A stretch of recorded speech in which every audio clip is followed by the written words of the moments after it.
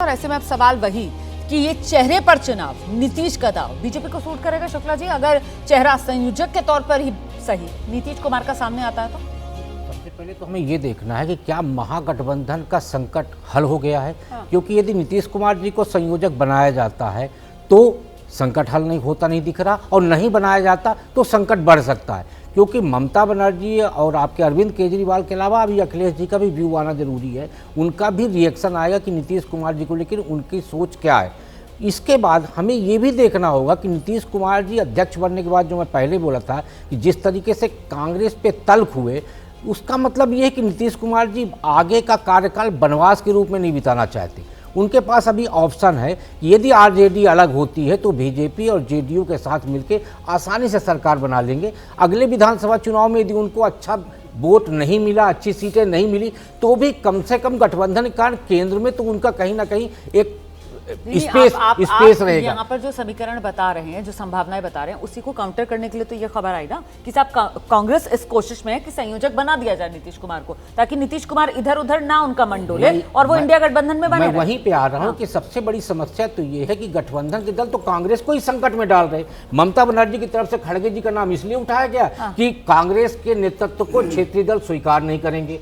दूसरी तरफ नीतीश कुमार जी का नाम फिर सामने आ गया। जब नीतीश कुमार जी स्वमेव आगे थे, उसी समय पर सहमत क्यों नहीं बन गई उनको संयोजक बनाने की? इतनी देर क्यों हुई? और देर हुई तो आज भी सहमत क्यों नहीं बन पा रहे? ये ऐसे सवाल हैं जो गठबंधन की मजबूती पे संदेह पैदा करते हैं। ठीक है, इसीलिए आशीष, अगर संयोजक बन भी जाते हैं नीतीश कुमार तो मतलब फिर तो ये एडवांटेज बीजेपी ही ज्यादा नजर आता है।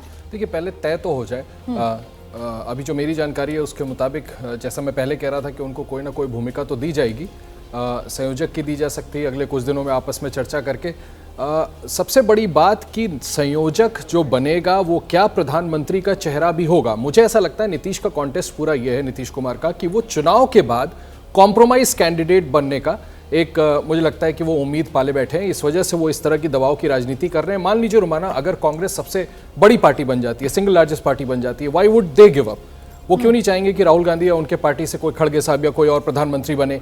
ऐसी सूरत में क्या वो इतने साइजेबल नंबर ऑफ सीट्स ले आ पाएंगे कि वो डिक्टेट कर सकेंगे, या थोड़ी बहुत ऊपर नीचे ज्यादा सीट अगर पा पाते हैं तो दूसरे क्षेत्रीय दलों का जो है स्कोप बन जाता है? ऐसे में मुझे लगता है नीतीश कुमार चाहते हैं कि अगर वो संयोजक बना दिए जाएं, जो कि लगता है कि उनको बना दिया जाएगा, बाद में कंसेंसस उनके नाम पर हो सके।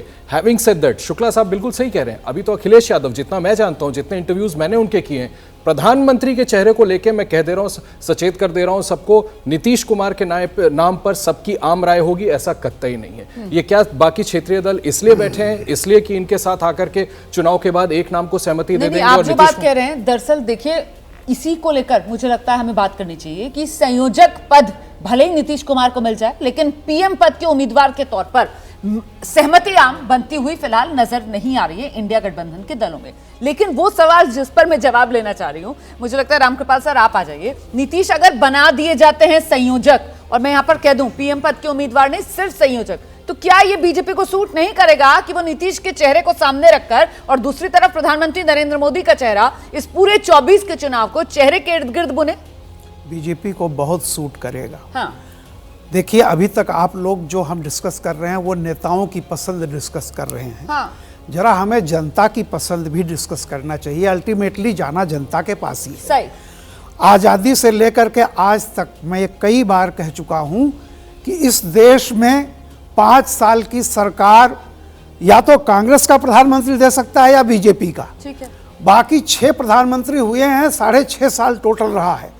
इस देश की जनता, जिसमें 40 साल से कम उम्र का 60% है, वो किसी ऐसे व्यक्ति को प्रधानमंत्री के रूप में वोट नहीं देगा जो अगर कांग्रेस का नहीं है या बीजेपी का नहीं है। पहली बात। जहां पर उसको तो अगर मैं इसी बात मुझे कर ब्रेक रहा लेना है सर, हूं, अगर नीतीश कुमार का चेहरा आया तो यह बीजेपी के लिए बहुत बड़ा, मैं कहता हूं, प्लस पॉइंट होगा। बिल्कुल। कारण यह, नीतीश कुमार 20 साल से कोई इलेक्शन नहीं लड़े हैं, कभी किसी एमएलए के इलेक्शन नहीं लड़े हैं 20 साल से। 2004 में आखिरी बार इलेक्शन लड़े थे। सही।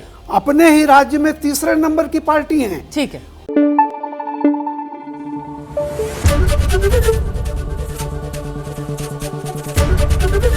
एबीपी न्यूज आपको रखे आगे।